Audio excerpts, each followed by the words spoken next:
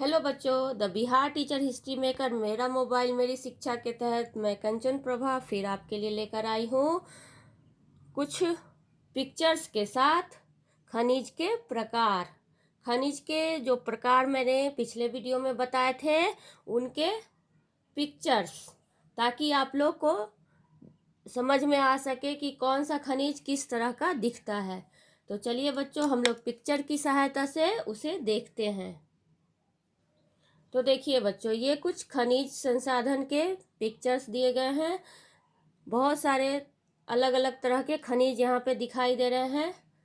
तो खनिज इसी तरह के पहले जब खान में से निकलते हैं तो इसी प्रकार के होते हैं, इसी तरह के दिखते हैं। देखिए, इसमें बहुत तरह के खनिज हैं, लौह युक्त है, अलौह है, कुछ कार्बनिक खनिज हैं। तो इस तरह से जब खान में से ये निकलते हैं तो इसी तरह के दिखते हैं। देखिए, इसमें भी ढेर सारे खनिज दिखाई दे रहे हैं आपको। कुछ लौह हैं, कुछ अलौह है, कुछ कार्बनिक हैं, अकार्बनिक हैं। तो चलिए हम लोग एक एक करके देखते हैं। हम लोगों ने क्या पढ़ा था कि खनिज को धात्विक और अधात्विक दो आधारों पे बांटा गया है। जिसमें धातु के कण होते हैं वो धात्विक, और जिसमें धातु के कण नहीं होते हैं वो अधात्विक। तो लौह युक्त खनिज हम लोग देखते हैं। ये है लौह युक्त खनिज। लौह युक्त खनिज का उदाहरण लौह अयस्क होता है, मैग्नीज होता है, टंगस्टन इत्यादि होते हैं। तो देखिए, लौह अयस्क इसी तरह के दिखते हैं। ये कौन सा खनिज है? लौह अयस्क। अगला हम लोग देखें, ये है टंगस्टन। जब खान में से निकलते हैं तो इसी तरह के दिखते हैं। क्या है? टंगस्टन। कौन से खनिज है? टंगस्टन। खनिज के रूप में टंगस्टन। अगला देखिए, ये है मैग्नीज। ये भी लौहयुक्त खनिज है। ये इस तरह के दिखते हैं। अब हम लोग देखते हैं अलौह खनिज। ये है कुछ अलौह खनिज। ये तस्वीर कुछ अलौह खनिज की दी गई है। अलौह खनिज क्या होता है? जिसमें लोहे का अंश काफ़ी कम या नहीं के बराबर होता है। तो ऐसे खनिज यहाँ पे दिख रहे हैं। इनमें मुख्यतः देखिए, खनिज के रूप में सोना, ये अलौह खनिज है। इस सोना जिसका एक उदाहरण है, ये खान में से निकलने समय ऐसा ही दिखता है। ये देखिए, ये चांदी है, ये भी अलौह खनिज है। ये देखिए, ये तांबा है, ये भी अलौह खनिज है। ये खान में से निकलता है तो इस तरह का होता है। इसके बाद ये है क्या? खनिज के रूप में टीन। टीन भी एक अलौह खनिज है। अब हम लोग आगे बढ़ते हैं। अब कार्बनिक खनिज देखते हैं, जो अधात्विक खनिजों के बारे में हम लोगों ने पढ़ा, जिसमें धातु नहीं होते हैं। तो इसमें दो प्रकार के होते हैं, कार्बनिक और अकार्बनिक। तो ये कार्बनिक खनिज है।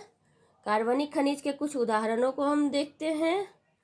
खनिज के रूप में कोयला, ये कार्बनिक खनिज का एक उदाहरण है। कोयला, ये तो आपको कहीं भी दिख जाता होगा।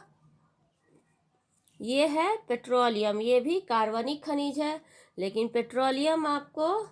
पेट्रोलियम एक मशीन द्वारा, बड़े बड़े मशीन लगाए जाते हैं पेट्रोलियम को निकालने के लिए। तो ये वही मशीन है, इसके द्वारा निकाला जाता है पेट्रोलियम। तो ये भी एक कार्बनिक खनिज का ही उदाहरण है। अकार्बनिक खनिज, अब हम देखते हैं कार्बनिक खनिज, जिसमें जीवाश्म नहीं होते हैं। तो इसके उदाहरण हम देखें खनिज के रूप में ग्रेफाइट। ग्रेफाइट बच्चों के पेंसिल के रूप में हम लोग उससे लिखते हैं, जिस पेंसिल से, उसमें ग्रेफाइट ही होता है, जिससे हम लोग लिखते हैं। वो ब्लैक ब्लैक जो उसमें होता है वो ग्रेफाइट होता है। तो खनिज के रूप में ग्रेफाइट ये अकार्बनिक खनिज है। अगला हम देखते हैं, ये देखिए, खनिज के रूप में अभ्रक। अभ्रक बहुत सारी चीज़ों में पाया जाता है। बहुत ऐसी चीज़ें होती है जिसमें अभ्रक को देकर उसे चमकीला बनाने की कोशिश की जाती है। होली में रंगों में वो डाला जाता है उसको चमकीला बनाने के लिए, और भी बहुत सारी चीज़ों में वो देकर चमकीला बनाया जाता है। तो ये भी है अकार्बनिक खनिज।